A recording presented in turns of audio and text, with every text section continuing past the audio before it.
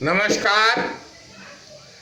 कल के अंक में मध्ययुगीन कवियों, ज्ञानियों एवं मनीषियों की चर्चा करके भारतीय संस्कृति की वास्तविक झांकी आपके सामने प्रस्तुत की गई। हमारा इतिहास गौरवशाली रहा है। हमें अपने पूर्वजों पर गर्व करना चाहिए।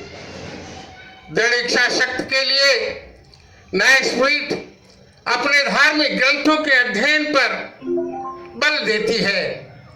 व्यक्ति में नकारात्मक ऊर्जा हटाने के लिए, सकारात्मक ऊर्जा लाने के लिए आध्यात्मिक ईश्वर की ओर मुड़ने के लिए कहती है।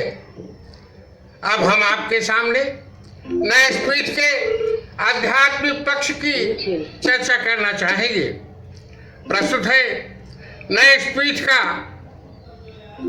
आध्यात्मिक पक्ष।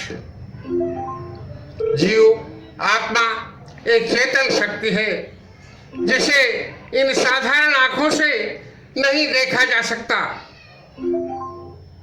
जैसे बिजली की शक्ति तार में प्रवाहित होती हुई भी नहीं दिखाई देती, परंतु उसका अनुभव किया जा सकता है। जीव आत्मा शरीर का मालिक है। जब तक जीव शरीर के अंदर है, शरीर के सारे अंग कार्य करते हैं, परंतु जब वह शरीर को छोड़ देता है, सभी अंग कार्य करना बंद कर देते हैं। जीव शक्ति से भी सूक्ष्म शक्ति है। मन यह ईश्वर का दूत है। इसी के माध्यम से शरीर में चेतनता आती है। मन का आयाम, मन का पेंग बहुत है। यह पलक झपकते ही हजारों किलोमीटर दूर पहुंच जाता है। हम अभी गोंडा में हैं, पलक झपकते ही यह मन अमेरिका पहुंच सकता है। कभी यहाँ कभी वहां। यही शरीर की ज्ञानेंद्रियों, आंख, कान, जिह्वा और त्वचा को प्रेरित करता है। तब शरीर अपने कर्म इंद्रियां, हाथ, पैर आदि से कार्य संपन्न करते हैं। जीव किए हुए कर्मों से सुख दुख भोगता है।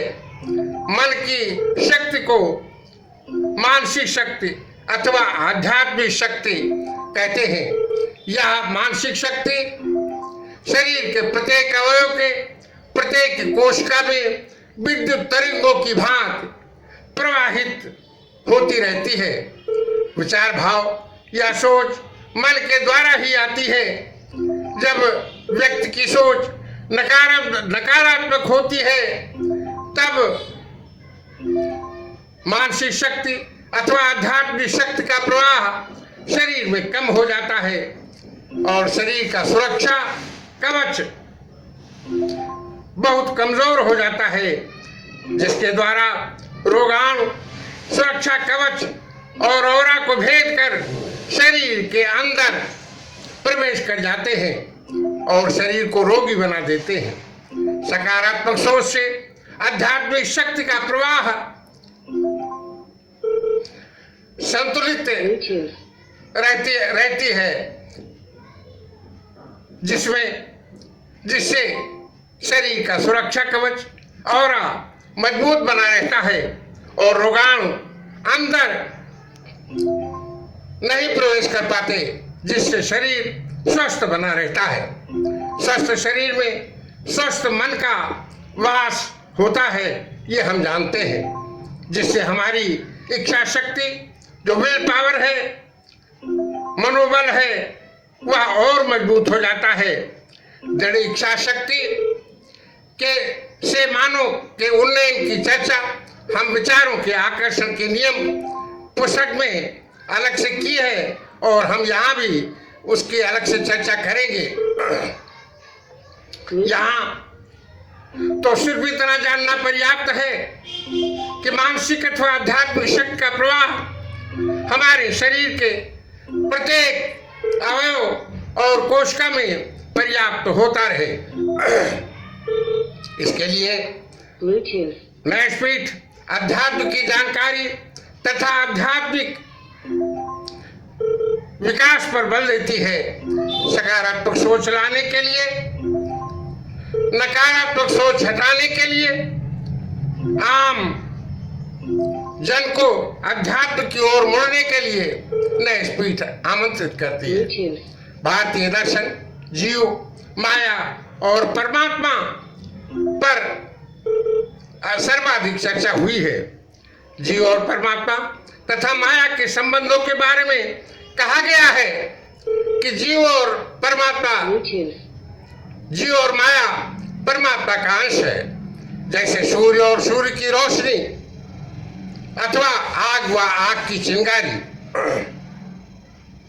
सूर्य और आग प्रतीक है परमात्मा का, जबकि रोशनी और चिंगारी प्रतीक है जीव का। माया जड़ अंश है परमात्मा का, जबकि जीव चेतन अंश है परमात्मा का। माया, जीव और परमात्मा मध्य में स्थित है। माया में अनेकों प्रकार की भोग की वस्तुएं उपलब्ध है। मन इन वस्तुओं के उपभोग के लिए प्रेरित करता रहता है। जीव और परमात्मा दोनों मनुष्य के हृदय स्थल में विद्यमान रहते हैं। परमात्मा कण कण में, चाहे वो जड़ हो चाहे चेतन हो, विद्यमान है। परमात्मा सर्वव्यापक है। जब जीव माया से मुख मोड़कर परमात्मा की ओर मुड़ लेता है, परमात्मा की ओर मुख कर लेता है, तब व्यक्ति परमात्मा की शक्तियों, परमात्मा के आनंद का अनुभव करता है। परमात्मा अपनी पंजिका में जीव द्वारा किए अच्छे व बुरे कार्यों को निरंतर नोट करता रहता है। मन ही ईश्वर का आराधन में जीव को लगाता है और मन ही जीव को माया भोग में लगाता है। आध्यात्मिक पक्ष को जानने के लिए, अध्यात्म को विकसित करने के लिए मन से ईश्वरीय आराधन, ईश्वरीय साधना करना होता है।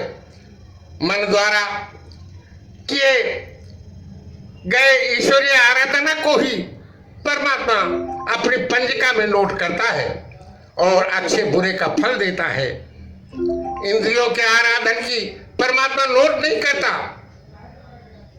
मन को ईश्वरीय आराधन में कैसे लगाएं, इसके लिए न्यासपीठ में स्थित ज्ञानेंद्र बाबू पुस्तकालय में रखे हुए धार्मिक ग्रंथ, वेद, उपनिषद, पुराण एवं अन्य आर्ष ग्रंथों के साथ ही मेरी लिखी हुई भी पुस्तकें जो विभिन्न धर्मों पर लिखी गई हैं, इन पुस्तकों को पढ़ें। वहां उपलब्ध है।